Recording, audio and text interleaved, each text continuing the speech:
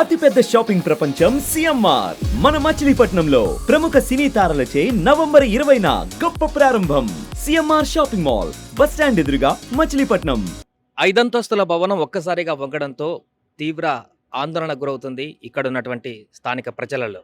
నిన్న రాత్రి 8 గంటల ప్రాంతంలో ఒక్కసారిగా పక్కనున్నటువంటి ఒక కన్స్ట్రక్షన్కి సంబంధించినటువంటి ప్రదేశంలో ఆ బిల్డింగ్ కానుకొని అక్కడ ఒక సెల్లార్ తవ్వకాలలో భాగంగా తవ్విన గుంట కారణంగా ఒక్కసారిగా నివాసితులు అందరూ కూడా, ఫ్యామిలీస్ అందరూ కూడా బిల్డింగ్లో నివసిస్తున్నటువంటి బిల్డింగ్లో పూర్తిగా వంగిపోయి ఒకటేసారి 1.5-2 మీటర్ల వరకు ఆ బిల్డింగ్ వంగిపోయి చాలా ప్రమాదకరమైన పరిస్థితుల్లో అది వంగుతున్న సమయంలో అది కింద పడిపోతుంది అన్నటువంటి భయంతో అందులో ఉండేటువంటి ఫ్యామిలీస్ అందరూ కూడా పరుగున మెట్ల మీద నుంచి కిందికి బయటికి వెళ్ళారు. కొంతమంది సెల్లార్ కారిడార్ల నుంచే బయటికి దూకారు. అంత భయంకరమైనటువంటి వాతావరణాన్ని కల్పించినటువంటి ఈ సెల్లార్ దగ్గర మనం ప్రస్తుతం ఉన్నాం. G+4 అండ్ పెంట్ హౌస్ మొత్తం 5 ఫ్లోర్లతో ఉందన్నమాట. ఇది చాలా చిన్నది, 50-60 గజాలకు మించి ఉండనటువంటి స్పేస్లో ఇంత హైట్ బిల్డింగ్ని ఎలా కన్స్ట్రక్షన్ చేశారు, ఎలా పర్మిషన్ వచ్చింది అనేది ఒక ప్రశ్నగా మారింది.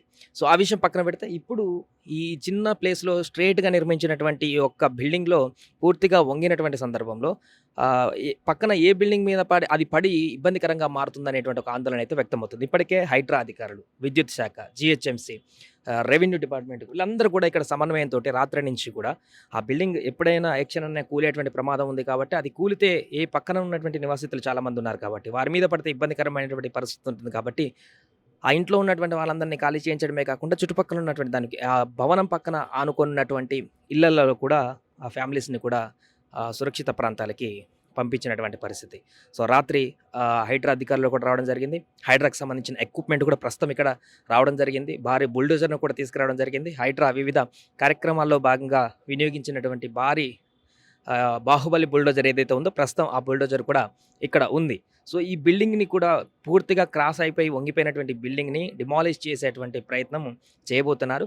సో అయితే ఆ చేసేటువంటి ప్రక్రియలో మిగతా బిల్డింగ్స్కి ఇబ్బంది కలగకుండా ఏ విధంగా ముందుకు వెళ్ళాలనేటువంటి ఒక సమాలోచనతోనైతే, సమన్వయంతో అయితే అందరు అధికారులు ఇక్కడ పూర్తి స్థాయిలో ఆ కార్యక్రమాన్ని కొనసాగిస్తున్నారు.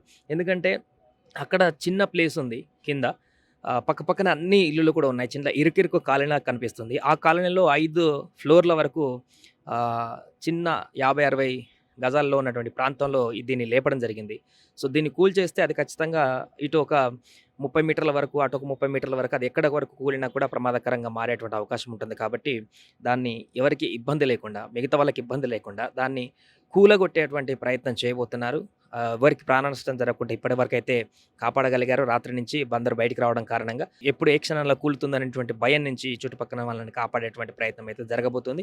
సో ప్రస్తుతం సిద్దిక్ నగర్ ఈ ప్రమాదకరమైనటువంటి బిల్డింగ్ దగ్గర మనం ఉన్నాం. దాన్ని కాసేపట్లోనే హైడ్రా అధికారులు, మిగతా జిహెచ్ఎంసీ, విద్యుత్ అధికారులు అందరూ కూడా ఇక్కడ ఉండడం జరిగింది. వారందరి సమక్షంలో ఈ యొక్క బిల్డింగ్ని పూర్తిగా డిమాలిష్ చేసేటువంటి ప్రక్రియ అయితే పూర్తి కానుంది. చూడొచ్చు పక్కన బిల్డింగ్, అది కూడా చిన్న స్పేస్లో కనిపిస్తుంది. అది కూడా స్ట్రేట్గా 5 టైర్స్ లేపినారు దాన్ని.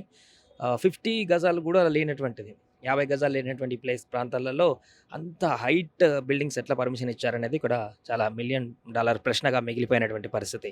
ఆ కారణంగానే స్ట్రేట్గా టవర్స్ లాగా నిర్మించినటువంటి దీని కారణంగానే పిల్లర్స్లో డెప్త్ లేకపోవడమో, లేకుంటే పక్కనటువంటి నిర్మాణం చేపట్టినటువంటి వ్యక్తి సెల్లార్ తవ్వడమో, రకరకాల కారణాల చేత ఆ బిల్డింగ్ ఒక్కసారిగా ఇటువైపు బ్యాక్ సైడ్ వంగిపోయింది.